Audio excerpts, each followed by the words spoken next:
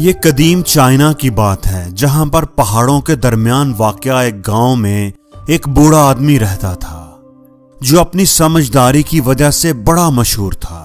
दूर दराज से लोग बड़ा लंबा सफर करके उससे मशवरा करने आया करते थे। एक दफा चीन का बादशाह भी उस बूढ़े आदमी से मिलने के लिए आया। मेरा माइंड बहुत परेशान रहता है। रियासत की जिम्मेदारियों की वजह से हर वक्त डिस्टर्ब रहता है। मेरी रहनुमाई करें कि मैं अपने माइंड को पुरस्कून रखने के लिए क्या करूं। बूढ़े आदमी ने कहा कि आप कुछ भी ना करें, आप जाएं और अपने माइंड को मेरे पास लेकर आएं। मैं खुद ही उसका कोई हल करूंगा, उसे पुरस्कून कर दूंगा। बादशाह उसकी बात सुनकर हैरान रह गया। उसे तो कुछ समझ ही ना आई कि बूढ़े आदमी क्या कह रहा है। बूढ़े आदमी ने दोबारा कहा, आप कल सुबह सवेरे 4 बजे अकेले मेरे पास आ जाएं, जब कोई और आदमी यहां मौजूद ना हो, और अपने माइंड को साथ लाना ना भूलना। बादशाह हैरान परेशान उसकी बात सुनकर वापस आ गया। उसको तो सारी रात नींद ना आई। वो करवटें बदलता रहा और सोचता रहा कि बूढ़े आदमी ने क्या बात की है। अपने माइंड को भी साथ लेकर आओ। ये बूढ़ा आदमी तो मुझे पागल लगता है, इसने ये कैसी बात की है। अपने माइंड को मेरे पास लेकर आओ। पता नहीं लोगों में ये इतना कैसे मशहूर हो गया है। मुझे उसके पास जाना चाहिए कि नहीं, ये कहीं मेरा वक्त ही जाया ना करे। वो सारी रात सोचता रहा और जागता रहा, लेकिन फिर उसके जी में पता नहीं क्या आया। वो सुबह सवेरे उठकर 4 बजे बूढ़े आदमी के पास पहुंच गया। बूढ़ा आदमी बादशाह को देखकर मुस्कुराया। अच्छा, तो आप आ गए हैं। आपका माइंड किधर है?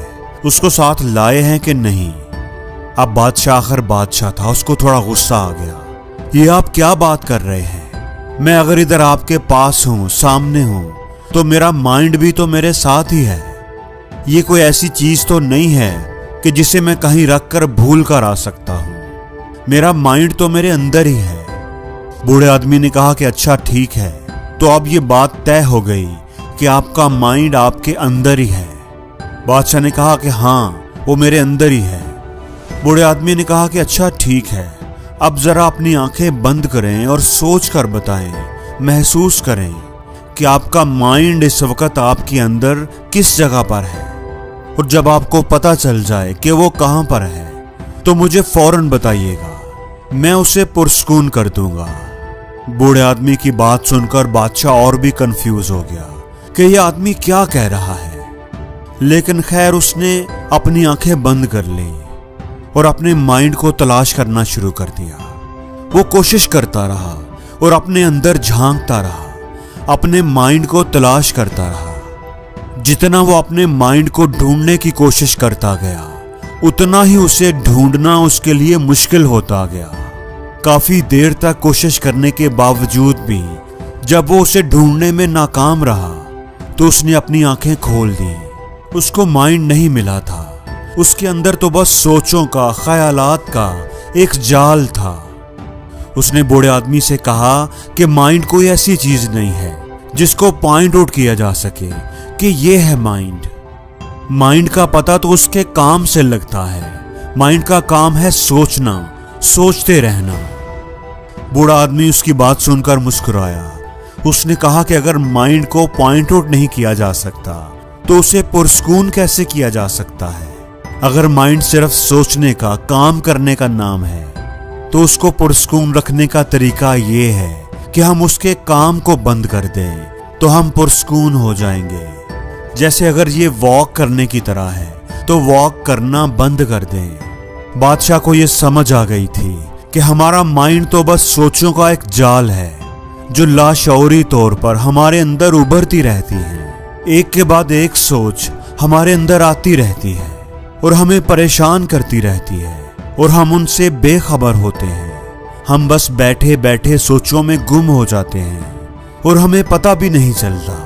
और जब हम शऊरी तौर पर अपनी सोचों को देखना शुरू हो जाते हैं, उन सोचों को जो हमारे अंदर पैदा हो रही होती हैं, उनको ऑब्जर्व करने लगते हैं, उन पर नजर रखने लगते हैं, तो हम देखेंगे कि वो सोचें, वो सारी परेशान कुन सोचें आहिस्ता आहिस्ता खत्म होने लगती हैं। गायब होने लगती हैं और हम पुरस्कून होते जाते हैं। दोस्तों, अगर हम अपनी जिंदगियों की तरफ देखें तो उस दुनिया में लाखों लोग अपने जहन में आने वाली मुख्तलिफ सोचों की वजह से परेशान रहते हैं और जहनी तकलीफ जिस्मानी तकलीफ से कहीं बढ़कर होती है।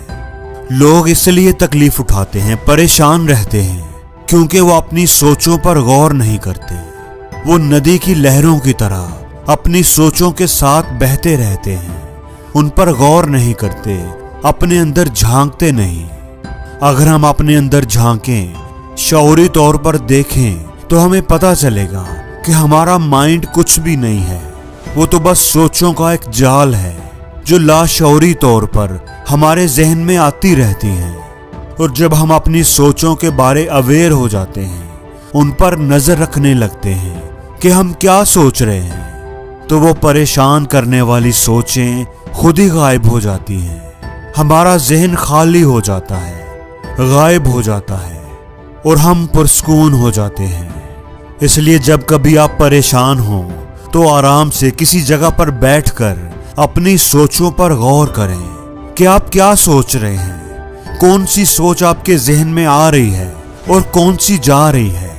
किसी भी सोच को पकड़ने की कोशिश ना करें, बल्कि उन्हें ऑब्जर्व करें, उन्हें आने जाने दें। बिल्कुल ऐसे ही जैसे आप सड़क किनारे खड़े होकर सड़क पर आती जाती ट्रैफिक को देख रहे होते हैं, किसी भी गाड़ी को रोकने की कोशिश नहीं करते, बस उन्हें आता जाता देखते रहते हैं।